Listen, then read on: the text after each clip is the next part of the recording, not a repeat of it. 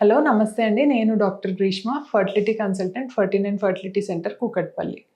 ఈరోజు మనం chronic endometritis అంటే ఏంటి? దీనివల్ల మనకి ఇన్ఫర్టిలిటీకి ఎంతవరకు కారణం అవుతుంది? ఈ విషయం గురించి మాట్లాడుకుందాం. ఇప్పుడు మనకి ఐవీఎఫ్ సక్సెస్ అవ్వాలి అంటే ఇప్పుడు మనకి ఎంబ్రియో, ఎండోమెట్రియం ఇవి 2 కూడా చాలా ఇంపార్టెంట్ అనమాట. మనం చాలా అంటే ఒక్కోసారి చూస్తూ ఉంటాం. ఇప్పుడు మనకు అన్నీ బాగున్నాయి అంటే చూడ్డానికి ఎంబ్రియో బాగుందని చెప్తారు, మనకి స్కాన్ చేసినప్పుడు లైనింగ్ కూడా చాలా బాగుందని చెప్తారు, అయినా కూడా మనకి ప్రెగ్నెన్సీ అనేది రాదనమాట, నెగిటివ్ అనేది వస్తుంది. సో అప్పుడు ఏంటి అంటే మనకి లోపల ఏమన్నా మనకి ఇన్ఫెక్షన్ ఉందా అనేది మనం సస్పెక్ట్ చేయడము అనుకోవడం జరుగుతుందన్నమాట. సో ఇప్పుడు ఈ క్రానిక్ ఎండోమెట్రైటిస్ అంటే ఏంటి అంటే ఇప్పుడు మనకి యూట్రస్ లోపల లైనింగ్ ఎండోమెట్రియం అనేది ఉంటుందన్నమాట. అది లోపల కొంచెం ఇన్ఫ్లమేషన్ లాగా అట్లా ఉంటే మనం ఎండోమెట్రైటిస్ అని అంటాం అనమాట. దీనివల్ల మనకి సిమ్టమ్స్ ఏమన్నా ఉంటాయా? ఎండోమెట్రైటిస్ వల్ల మనకి ఏమన్నా ఇర్రెగ్యులర్ బ్లీడింగ్ కానీ, కడుపులో నొప్పి కానీ, వేరే ఏ ప్రాబ్లం ఇట్లా మనకి ఏది కనిపించదు అనమాట బయటికి. సో మరి అది ఎలా తెలుస్తుంది అంటే ఇట్లాంటి ప్రాబ్లం ఉన్నట్టు?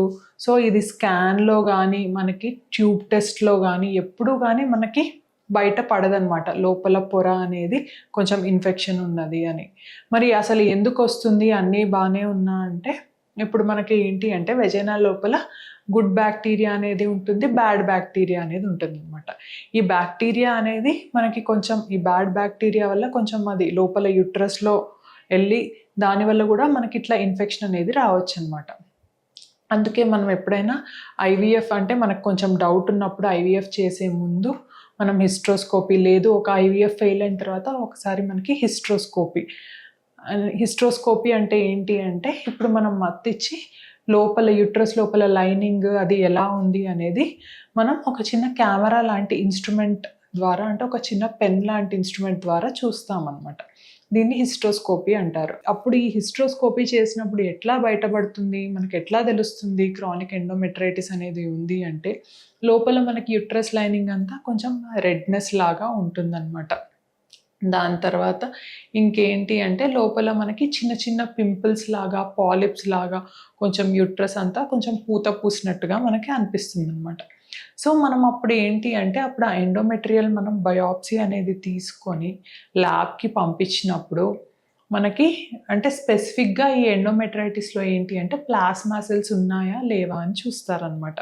ఈ ప్లాస్మా సెల్స్ అనేవి అంటే ఈ ఇన్ఫెక్షన్లో మనకి కనిపిస్తాయి అన్నమాట. ప్లాస్మా సెల్స్ ఉంటే ఇన్ఫెక్షన్ అనేది ఉన్నట్టు అనమాట. సో అది ఎంత ఎక్కువ ఉంటే మనకి ఇన్ఫెక్షన్ అంతా ఉన్నట్టు.